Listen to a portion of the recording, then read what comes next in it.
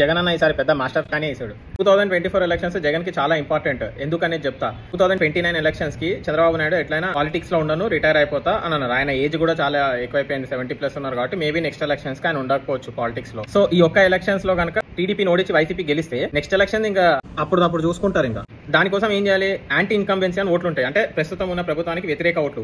ఇవి చీలొద్దు అని చెప్పే జనసేన ఇంకా చంద్రబాబు నాయుడు వాళ్ళు పొత్తు పెట్టుకున్నారు. ఏమని చెప్పారు?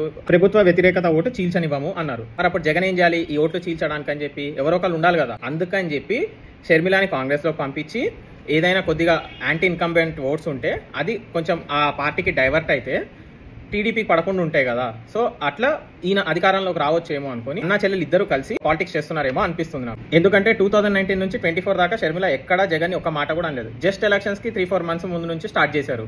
ఏంటంటే జస్ట్ అది ఒక పొలిటికల్ డ్రామా, జనాలకు ఎంటర్టైన్మెంట్ అంతే. కానీ యాక్చువల్ పాలిటిక్స్ ఏం జరుగుతుంది అనేది ఎవరికి తెలియదు కదా. వాళ్ళ ఆస్తి పంపకాల గొడవల వల్ల జనాల్లోకి వచ్చి వీళ్ళు ఫైటింగ్ చేస్తారా? అది వాళ్ళ ఇంటర్నల్ ఫ్యామిలీ మ్యాటర్ కదా. అని అలా అనుకోనియకుండా వీళ్ళు ఇలా రాజకీయాలు చేస్తున్నారు. ఏమో ఫ్యూచర్ లో టీడీపీ ప్లేస్ లోకి ఏదో ఒక మూలన అదృష్టం వల్లనో ఏదో మేబీ నెక్స్ట్ ఎలక్షన్స్ కి కాంగ్రెస్ వచ్చి సీఎం అవ్వాలనుకో, ఎవరైతారో షర్మిల అవుతుంది.